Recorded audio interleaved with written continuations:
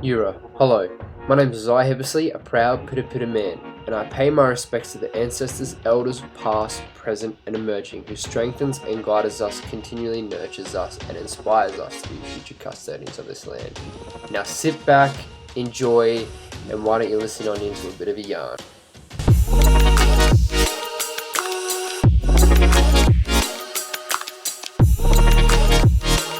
So really fun fact about my heritage and my family. I'm not Papua New Guinean. Just real quick. Threw down a blindside. Yeah, nah, Murray through and through. But on my mother's side, my great grandmother was the first missionary woman to ever go over to Papua New Guinea. And my mother's mother was born in PNG. Wow, bro. Yeah, and like they've got these crazy stories, man. Like, you know, stuff around like rolling mortar shells around as kids and all of this like craziness and the culture shock, like as you say, is a whole nother level. And you know, I've had so many amazing opportunities to talk to my my grandmother, who is still alive, you know, amazingly.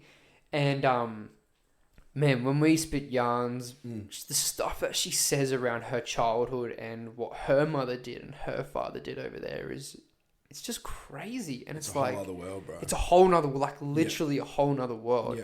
And you don't think about that until you're actually either seeing it for yourself or you're hearing it from someone you genuinely care about. If you just read about it on the news, you're like, it just washes over you. 100%. Like, you know, even you know, I don't really want to go down that road, but touching on like the stuff that's happening in Ukraine.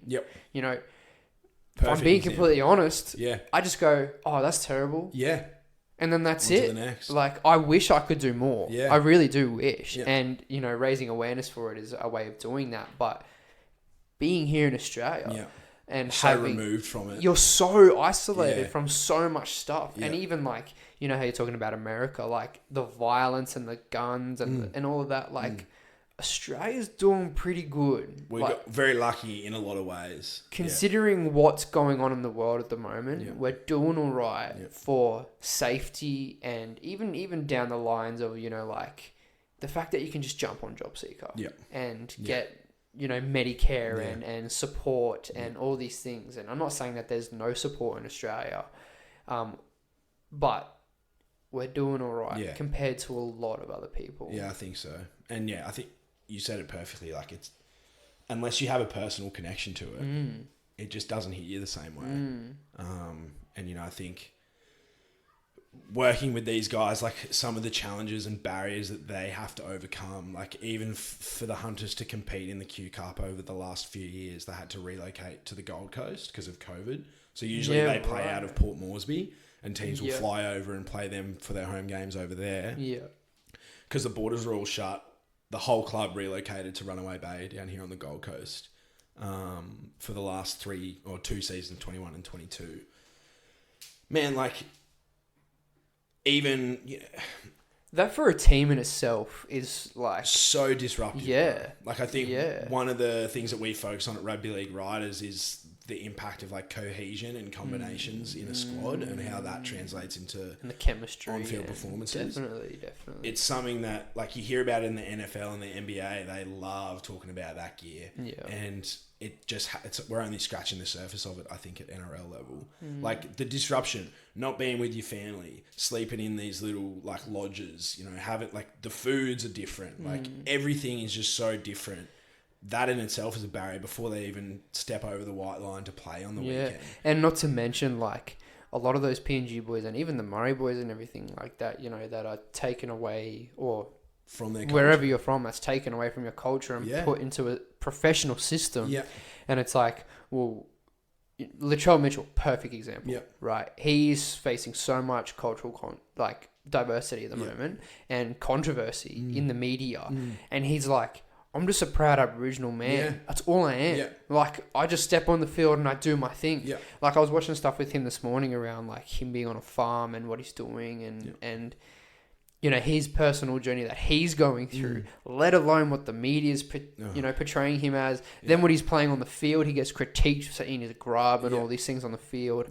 And then it's just like a domino effect. Yeah. And that's one man. Yeah. He's a man. He's not a god. Yeah. He can't withstand so much, to a point where he'll just collapse. Yeah. And that's something that I have noticed a lot in footy and these crazy high level sports is once you reach that certain point, there's only so much you can stand, socially and, from the news and the politics around everything and, everything's not okay, or you step your foot out of line and you're back in line again. And then it's just a personal identity crush. Yeah. And they just get crushed, man. That's too much. Yeah. Yeah. I feel very, very sorry for Latrell and the criticism that he cops and all Indigenous players. I think the NRL does, or I think the NRL is doing a better job at supporting and even just like normalizing, bro. Like I think our friends across the ditch do a really good job of normalizing the use of traditional Māori language, like the names of places and everything. Like it's part of it. Like they say kia ora when you get on the plane, when you fly over there, like little shit like that. Yeah. Like the NRL's doing it slowly. Like they'll have, the Aboriginal names for places and country next to, wherever the ground's being played, and they have Indigenous round. Like, why just one round, bro? Like, it's the names aren't just there for 1 week. Yeah, that's the original name. Man. Like, I think the NRL can do better. Like, I think they do a good job, but I think they can do better at normalizing the use of Aboriginal language. Like that's just one way of, and this might be a good segue into like my own experiences of culture that we talked about the other day. Like for a lot of people, I know for myself, I didn't have any Indigenous mates growing up. Yeah. I don't know why. Maybe because of the area I lived in. Maybe it was the schools that I was going to. Like, I don't know, for whatever reason, I didn't have any Indigenous friends growing up. And so when I first started to interact with them, like, I didn't know what to do. I didn't know how to handle those. The cultural dynamics. divide is like, man. what do I say? Like when I said before, like I've always been very lucky that I can connect with different people. Like if I sit down with a young person who's into his gaming, like I'm not a huge gamer, but I know enough about what's going on. I can talk to him about the latest PlayStation game that's coming out or whatever, or footy or music, like whatever it is. When I first started playing, I think I told you this, I signed up for a touch footy team at a local comp in Port Macquarie and got put in with the Dungutty All Blacks, who were a mob out Kempsey Way. Yeah, deadly. So deadly, bro. I loved it. Yeah. But I remember being so nervous about going down there. I was keenly aware, for probably the first time in my life, I remember being aware of skin colour. Because I was like, all these guys, like, I'm so white, like, should I be playing in this team? Like, and I didn't know how to interact. I didn't understand the sense of humour. I didn't know the jokes. I didn't know how to speak, like everything. It was so alien to me. And it's ridiculous that at 14 years old or 15 or however old I was at the time, like that shouldn't have been my first interaction with a culture like that.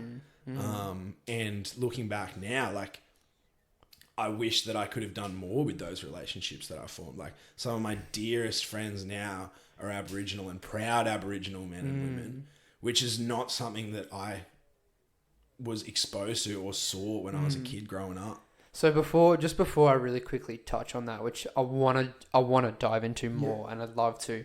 What was your relationship? So like you've obviously gone in there going, I don't know what to say. I don't know. I don't feel like I fit in. Yeah. After that first interaction or that first moment with another Murray fella, what was your like perception after that? Man, I think, and this is what I love about sport and why I'm so passionate about sport for young people is it's a great equalizer. Like as soon as you get onto that footy field, doesn't matter if you're black or blue or purple or whatever colour you are, doesn't matter what you believe in. Yeah. When you're in that footy field or netball court or basketball court, whatever you're doing, you're all playing by the same rules. Yeah. And I think that's a really powerful thing. So after I played a game of footy with them, we just talked about footy. Yeah. It was sick. And like Simone Smith, who's played for the Indigenous All-Stars women's side. Yeah. She was on that team. Like a bunch of fellas. I'm not in contact with many of them anymore, obviously moving up to Brizzy, but as soon as we were able to establish that common ground, I was like, all right, cool, let's just talk about footy. And then I very quickly realised, like, they're exactly the same as any of my other mates. Yeah. And that right there is the perfect example of social diversity. Yeah. And that's the exact, of, like, I don't know their jokes, I don't know this, I don't know that. And it's like, we're just people, bro. Like, and that's something that, is not only generationally been put on and kind of programmed into our society.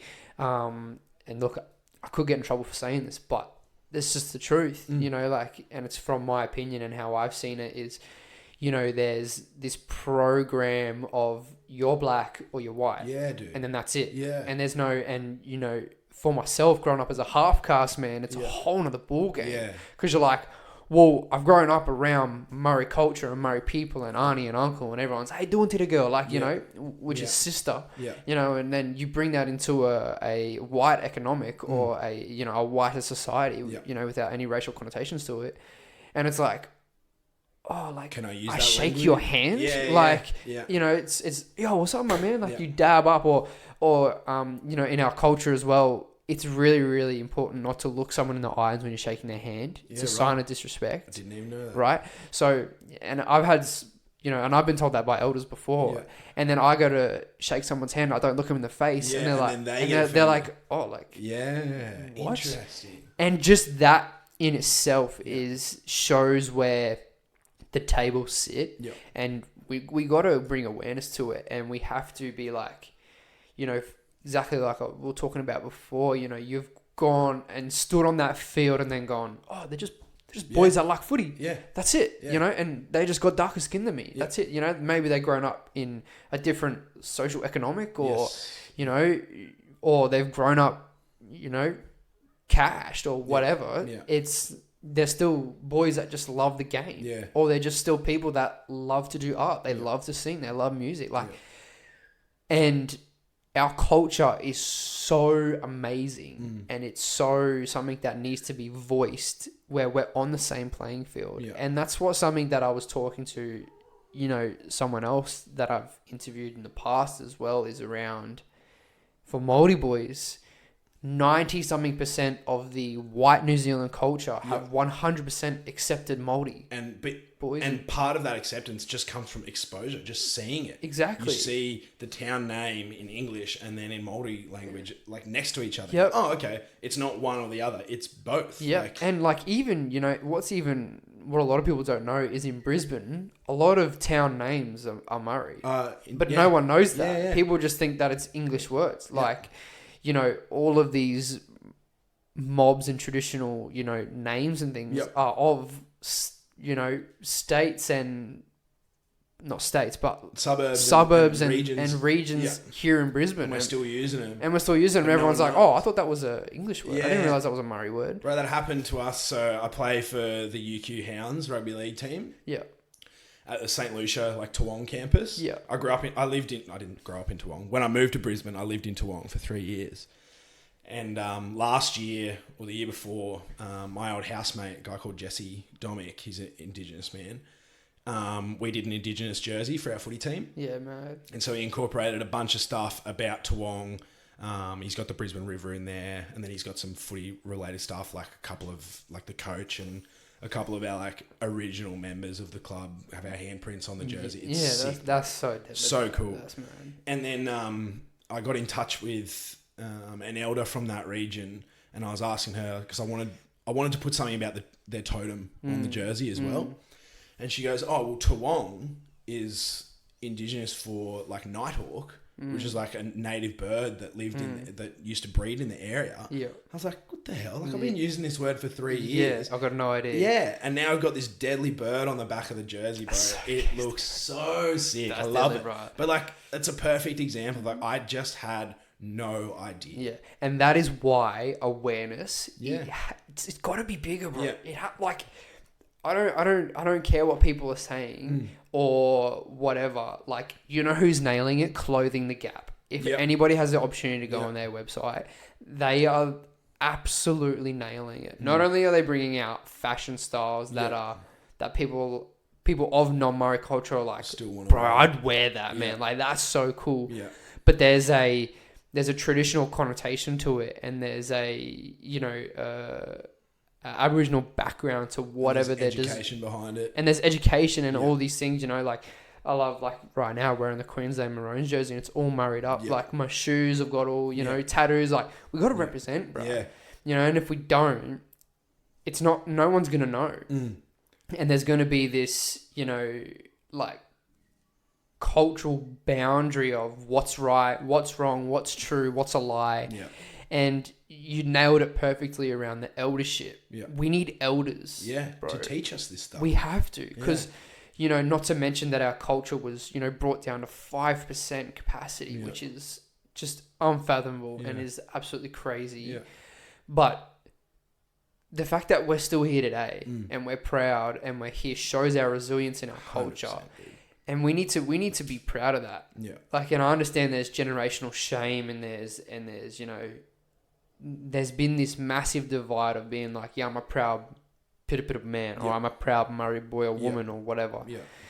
It's that has been so been put down, and the constant of, oh no, like, just step to the side. Like, it's all good. Like, yeah, Murray, but sure. Come on, like, we don't want to make a scene. Yeah. I've had people tell me don't make a scene, and I'm like, make a scene. Yeah. I'm like, this is my identity. This is me. Yeah. Like, and I actually did a really, really, kind of social experiment with my partner. Yeah. And because I wear all of my gear everywhere I go, and she was like, why some people give you the weirdest looks, like, really? Some people suss you out, and I'm like, what? Like, I didn't even realize it. And then it clicked, and I was like, oh my God, it's because I'm representing. Yeah. It's what it is. And they haven't seen it, or it's just new and it's foreign like, what is that? Yeah. Like, what is that dude wearing? Yeah. Like, I've had so many people come up to me like, bros, where'd you get that shirt from? Yeah. Are they white or are they Indigenous? They're white fellas. Yeah, okay, that's cool. And it's like, the fact that you're not necessarily aware of it is not only a massive red flag, but it's so cool to be able to be like, oh man, like, this is... Let me teach you this. Let me teach you, right? It might be a 5-minute conversation, and they're like, and their mind's blown. And anyway, my partner was like, and I was having this conversation with my partner, and I was like, here, wear it, like, wear a Murray shirt for the day, and tell me, just to see, right? Just to see what happened. And big Murray flag, like, represent hardcore. And by the end of the day, she was like, I get it. Yeah, she was like, I get it. Yeah. Like, I'm not even Murray myself. I don't look Murray, nothing, or Aboriginal. I'm still getting, like, sussed out or questions or, like, what is that? Yeah. Whether it's negative or just inquisitive. Right. Yeah. But she was like, and then imagine looking First Nation or Murray on top of that. Yeah.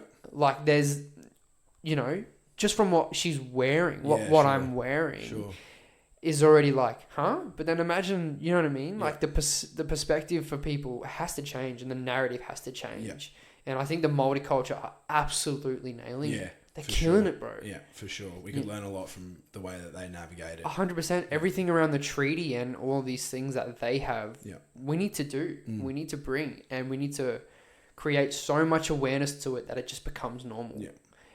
Yeah, well, we were talking at school the other day, a story that came to my mind when I moved to Brisbane around the same time as the NRL All-Stars versus Indigenous All-Stars concept kind of came to life. Yeah. And I loved the Indigenous kit that the boys were wearing. Yeah. They had these black shorts with like a little strip of some Indigenous art on there. Yeah. And I just thought it looked so cool, bro. And I needed some new footy shorts. And I remember I was living on campus, as I said, at the time. So I was making connections with 150 new people that I'd never really met before. Wow. Most of who were white for whatever reason. Yeah. And I remember going into the city, going to Rebel Sport to buy myself some footy shorts. And, bro, I reckon I would have stood there in the aisle looking at these footy shorts for like maybe 5 or 10 minutes. Yeah. I think I might have even tried them on, and then I put them back, and then I've tried a different one. I didn't feel comfortable or I didn't feel comfortable wearing the shorts. And it was because I didn't know whether it was appropriate for me to be wearing them as a white fella. And I didn't have anyone who I could ask about this. So all I was thinking was, what are these 150 blokes back at college going to think when I pull out the Indigenous shorts next week at footy? How many of them are going to say, "Oh, are you Indigenous?" And like, I didn't know how to navigate that. I wasn't sure if it was appropriate. All I knew was that I liked the shorts, but I didn't feel comfortable to buy them, and so I didn't buy them. And like, I don't know, I think that says a lot about, what was that, 6 or 7 years ago. And then since then, the connections that I've had with people like Jesse, the fellow who done our jersey, staff at work, like some of the boys up at North Lakes who I've got a really strong connection with there, like Fernie and that. Like, I wouldn't have second hesitation about buying those shorts now. And I'd wear them with pride, and I'd wear them like proudly as a white man. I'd wear them and go, these shorts are deadly. Like, and like, I'm proud of, I was thinking about this in the car on the way as well. Like, as an ancient history buff, like that's what I studied at uni. And if I wasn't doing footy and if I wasn't teaching, I reckon I'd be working in some capacity in, history and archaeology and all that kind of jazz. I'm fascinated with ancient cultures, fascinated by them. I think we can learn a lot about them, and I think it's just so interesting to see how people lived and why they lived that way. And I definitely think that plays a role in, like, when I meet Indigenous people or when I learn about Indigenous culture, I almost feel, and I unpacked this as I was driving over, because I've always felt very proud and very passionate about learning about that and showing my respect to that culture. Whether Uncle Gomer's taking me out bush last year, like stuff like that, I froth on that stuff. Yeah, bro. Yeah. So he's deadly, bro. He's the man. Yeah, he's the man. So we're sitting around a campfire. He's telling me about, the shells. Like, there were these piles of shells on the beach. Like, this was where, the women would chuck the shells that the men had caught out on the reefs, and the dugongs and the turtles, everything. And I'm just sitting there, just like lapping this stuff up. Come more. Yeah, give me more. Yeah, give me more.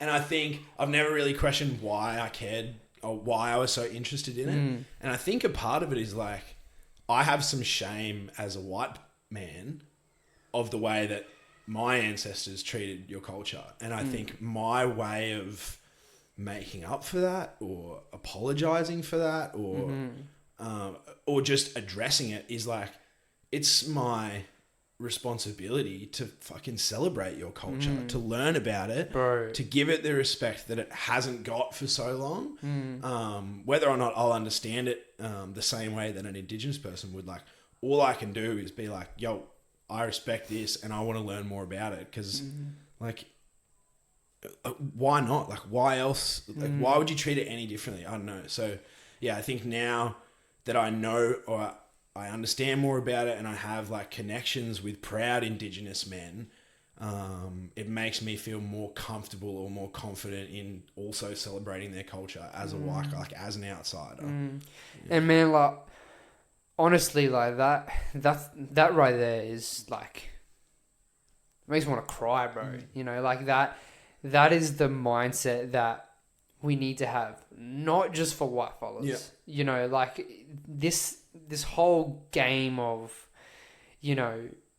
who is what and who is where, it's got to stop, man. Like, it has to stop. And that mindset is, like, I wish I could just photocopy that and just, like, put that everywhere, because being able if myself, I'm like, yep, I'm a proud Aboriginal Pita man. I'm, born on Quandamooka country, and I'm being taught by my elders to share with, with you and rah. And then for you, who's someone who is not Murray or not from a First Nation background, to be like, this is a gift. Yeah. Like, I'm going to harness this. That's what it is. And I'm going to go, let's teach this to people who are on my side of the fence, if you want to put it like that, and go, check out this beautiful culture. Look at these people. Look at this, and I think what a lot of people never have the opportunity to do, it breaks my heart, and it's something that is so special to me, is be able to immerse themselves Yeah. into culture Yeah. at a deeper level. And this is what we need for our young men and women as well. It's being able to get Uncle Goma, elders, you know, to take us out to country and sit and go, listen, bro. your elders are here. Yeah. These are your people. Yeah. This is your country. This sand you're standing on, the sand between your toes, your elders walked here. Yeah, bro. See this tree? Your elders made a coolerman out of this tree to gather food. See where this, you know, and being able to culturally immerse and connect yourself to country like that, like you said, you've experienced firsthand, is a whole nother level, It's man. so powerful, man. Like we had one night out bush with Goma last year, myself and a couple other guys from North Lakes campus. Yeah. And like Fernie said to us before we went, he's like, you're going to come back and you're just going to feel like at peace. Bro. Yeah. You're just going to feel lighter and you're going to feel like connected and grounded.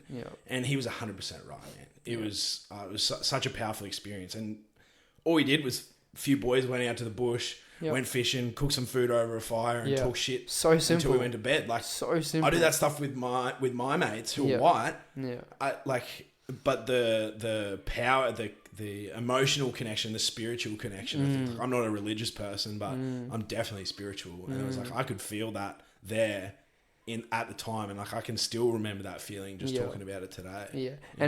And bro, honestly, like, I wish everyone can experience it. And it's something that is so amazing and it's so special on a whole nother level because as you said, you know, you're not religious, but it's so much deeper. Yeah, dude. There's something there that is connecting and it's so special, you know, even for us, like, you know, a way to relate it is our culture is more beautiful than it is anything else. Like, for example, our dances, right? Yeah.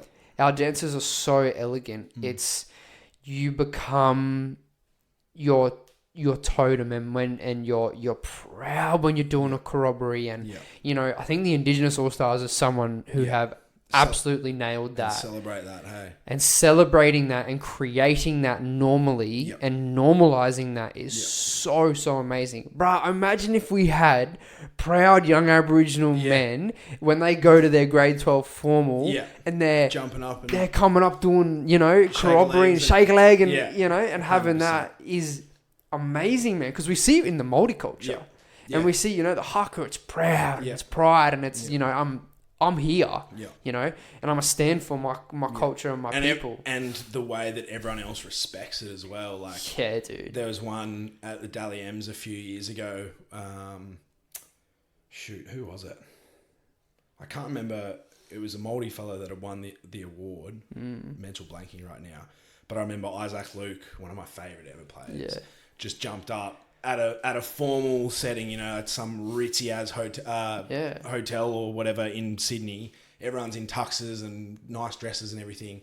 And Isaac Luke just jumps up and starts giving this haka. And the room just goes silent, bro. Like, what? Yeah. So cool for everyone else to be able to take pause and just give that culture a moment to celebrate itself and to be recognised. And if we can harness that as Māori people and as, you know, traditional First Nation owners of this land, bruh, that's a whole nother level. You know, 100%. and exactly like you said, formal event. Yeah. Like, the place where you probably least expect it is where it's going to happen. Yep. And that is what we need to do with our Māori culture. Yep.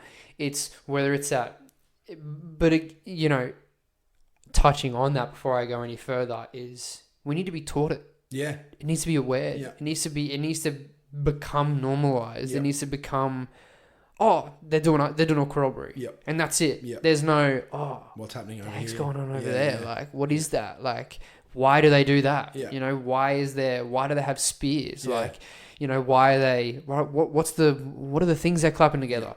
You know, and we need to create awareness to that and bring that to light so it's normalized. Well, I didn't know what a shake leg was 3 years ago. Yeah. Didn't know what one was. Yeah.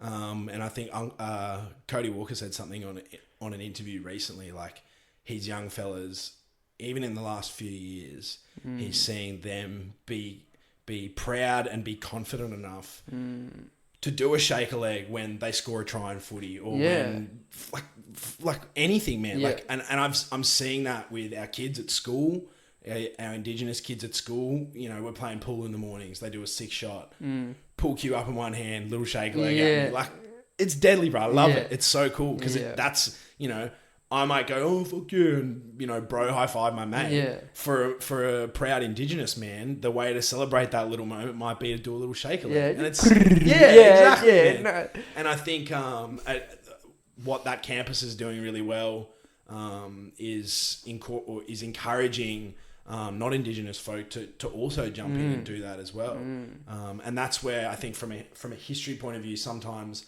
I'm a bit like cautious a bit. I'm like, oh, is this appropriate for me to be doing this right now? And that's because I don't have the education around it, bro. I'd love to be popping shake legs, but I would want to make sure that it was culturally appropriate for me to be doing so as well. So I think the more conversations that we can have, and the more the normalized it becomes for us to be understanding and familiar with that culture, I think it can only be a good thing. Yeah.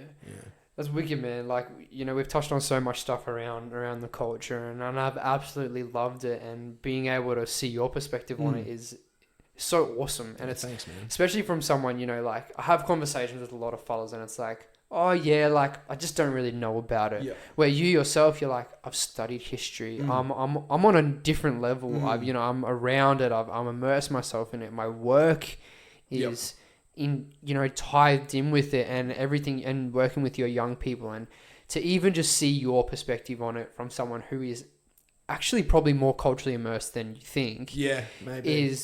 Is really awesome, and it's really, really inspiring, and it's really, really motivating for us Murray people. Yeah, thank you. When you're going down that route of your personal development and your personal growth, has there ever been a barrier? Has there ever been just this roadblock where you just bang your head against the wall and like, why?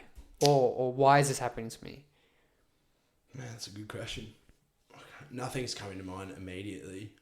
I just think, like, I'm very lucky that I've always had people around where if I'm ever stuck or if I'm ever unsure about something, I've got someone that I can go to and ask. And I think that's probably something I didn't have from a cultural space. I didn't have that for a lot of my upbringing. It's only since I've been in my late 20s that I've got access to people that I can ask about specific things if I need that support. So, you know, if I have a question about culture, like for example, my partner is Indigenous. She's from Mandandangi mob out like Roma way, but doesn't identify as Aboriginal. She's never had any connection to that side of her family before. Yeah, right. I think it's through her grandfather. Yeah, don't quote me on that. I didn't know that about her when we met, and came up one day. And like for me, I've gently encouraged her to like explore that part of her history. If she's not interested in it, I'm not going to push it towards her. But one thing I have said to her is like, if we have kids, like at the very least, I want our kids to know about their heritage. Yeah, and if they want to learn more about it, then I'm going to do everything I can to facilitate that. Yeah. And I want to help learn that about, journey. Yeah, bro. And I want to learn about that more because, like, I almost feel proud about like the history and the connection that Aboriginal people have to this country. Like we've got such a sick country. There's so many things going for us. And I think it will only be a better place if we can recognize and attribute a lot of that to the fact that you guys are the first custodians of this land. Like, yeah. And bro, you said it so beautifully. And my phrase is inspiring future custodians. Yeah, that's my tagline. Yeah. I've always had that for all of my businesses, and it's so important.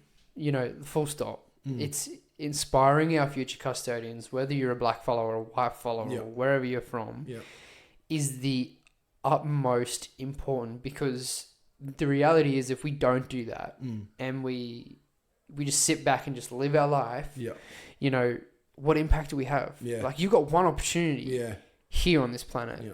What are you going to, like my philosophy is your rent on this planet is helping people. Yeah, that's like, a sick way of looking at it. Like that's your rent. I like that, bro. Right? So like that's my way of looking at just this whole thing we call life. Yep. And there's this amazing, beautiful, weird, don't even know how to explain it, Yep. but this thing that comes out of mentoring and Yep. inspiring youth Yep. that you can't buy. Yeah, bro. When you've got a young person looking up at you and going, brother, I'm lost. Yeah. I don't know what to do. Like, I'm scared. And then you mentor them through whatever and then by the time they're like, you're doing deadly bungee, good job. Yeah. Like, Yeah. you know, good luck. Mate, I had that experience literally yesterday. I walked into Makes you want to cry, dude. I almost did tear up, bro. Yeah, I bro. rolled into North Lakes campus, and there was a young fella there who I'd taught in my first year, so 3 years ago. Yeah. And he was a troubled kid, man. Like, troubled, caught up drugs, alcohol, just making shit decisions. Like, he was such a nice fella, and I could tell that he was. Yeah. But he was just constantly making the wrong decisions. He ended up getting in a bit of trouble at camp at the end of the year for some poor choices that he made. He managed to finish the school year, which was sick. Anyway, haven't seen him for 18 months. And then I roll into the staff room yesterday, and he was on his second day of a paid full-time youth worker job. Bro. Yeah.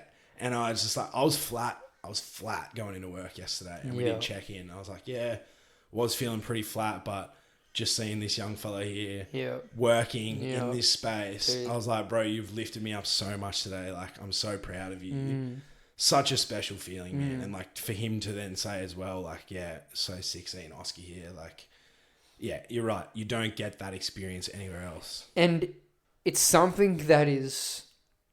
It's so universal. And, you know, like, for people who are not, you know, religious or whatever, like, that just goes to show that whatever you put out comes back. Yeah. Full stop. Yeah. Like, karma, baby. Bro. Yeah. And karma can be a bitch or karma can be beautiful, man. You know, like, I'm a massive believer in that. Yeah. And that, exactly, you're right. Like, I've had so many crazy run-ins where, like, you'll mentor a young person and then a year down the track, you'll run into them at the shops and they've got a partner and a kid and they're doing good and you're like, damn. You're like, yo, what's up, man? Like, dude, look at you, bro. I told you this was possible. Yeah, see? All that motivation, right? Yeah. Like, look at where it's got you. Yeah. And you can't buy it. No. You can't buy it. Yeah, which is why we keep doing what we do. 100%, which is why the people in this industry, in this space, freaking love it. Yeah. Like, you know, even myself now going down the gym aspect and the influencer aspect of, there are so many young people that reach out because they genuinely have no mentors. Yeah, wow. And they genuinely don't know what to do. They genuinely are just like, whether it's, I've got people, you know, via Instagram send me messages all the time, are like, hey man, you know, I've seen your content. How do I do this? Yeah. Or what's your advice on my meal plan? Like, and I'm like, bro, like, I'm winging this, man. Like, you know what I mean? Like, I barely know what I'm doing, you know, and, you know, I retract that. I kind of know what I'm doing. But it's, be humble. Yeah, right. But it's like, what? Like, it's amazing to see young people be like, yo, Uncle Oscar, like, can you help me out, man? You know, what do you think about this? What do you think about this? And that one conversation creates a massive ripple effect that it's unfathomable. Yeah. And like you said, almost 3 years down the track, 2 years down the track, and then you see that young person back into the system that he was thriving, that he was, you know, struggling in originally, and now he's in a position to give back. Yeah, you know, which is so wicked, man, and it's so amazing. So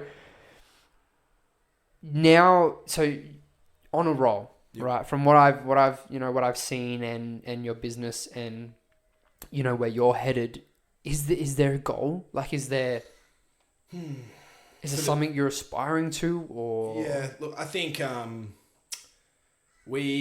Jason and I identified how sports media works in America, where freelance writers are very much a part of the mainstream narrative of the NBA. You know, if you watch the NBA or the NFL, the commentators at halftime, they'll sometimes refer to an article or a piece of content that some dude on Twitter made, and his little Twitter handle will come up on the screen and go, oh, go check, like, this guy does some sick work. You know, he'll be some Lakers fan who just has watched every game since 1990. Just obsessed. Yeah. And of course that dude is going to make good content about the Lakers because he cares about it, right? Yeah. I think the biggest problem with sports media in Australia is that it's monopolised.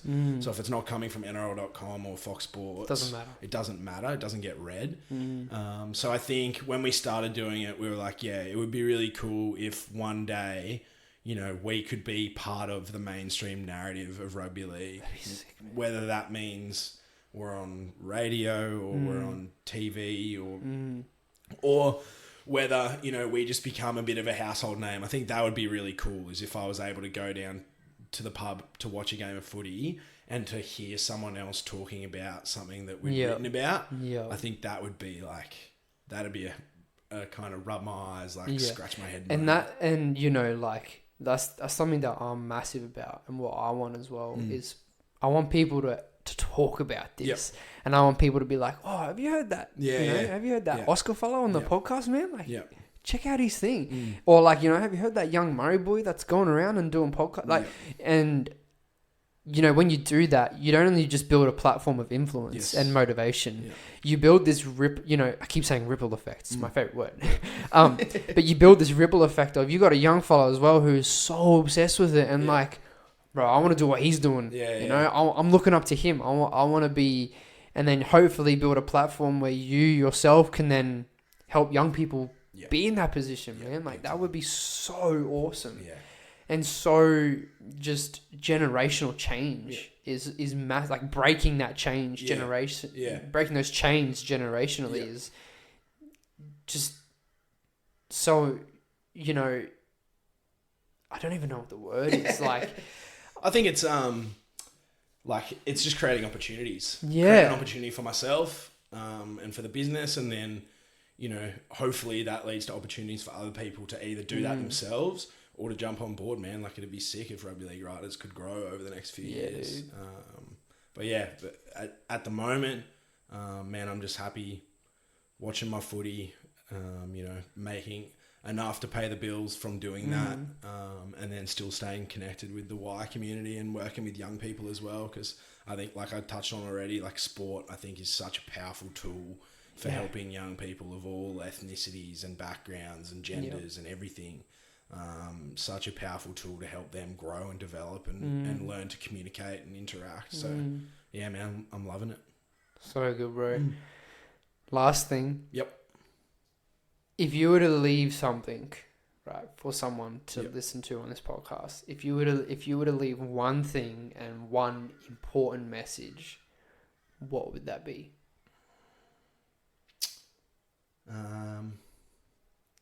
Don't be afraid to celebrate other people.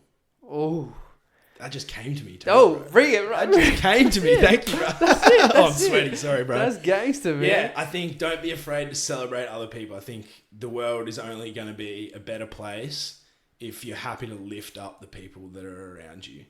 And like you said, man, karma, what goes around comes around. Yeah. Had this kid yesterday said something in a joking manner. It wasn't malicious, but she said something about hitting one of her friends. Oh, I'm going to smack her or something like that. Literally, bro, as she finished the sentence, she was rocking on her chair and her chair almost went backwards and she almost fell over. I was like, yo, that was karma. See what happened right there? Learn from that. So I think, yeah, man, if we're in a culture where everyone's lifting everyone up, it's pretty self-explanatory where everyone's going to go. So and breaking that poppy syndrome chain. Yeah, dude. Big of the second someone's succeeding, big time, you cut them down. I love talking shit. I love being sarcastic. And I love throwing chat at my mates. But at the same time, like, there is a time and a place where you just need to stop and be really sincere and go, bro, I'm proud of you for what you do. Good on you, man. Yeah. Yeah. And so, that could be someone's moment. Yeah. That could change someone's life. You know, yeah, that's so wicked, man. Thank you. But thank you for coming on. My pleasure. Thank you for having me. Yeah, we've had a wicked yarn. Yep. So for those listening on in Rugby League Writers, go check it out. All on the socials, rugbyleaguewriters.com.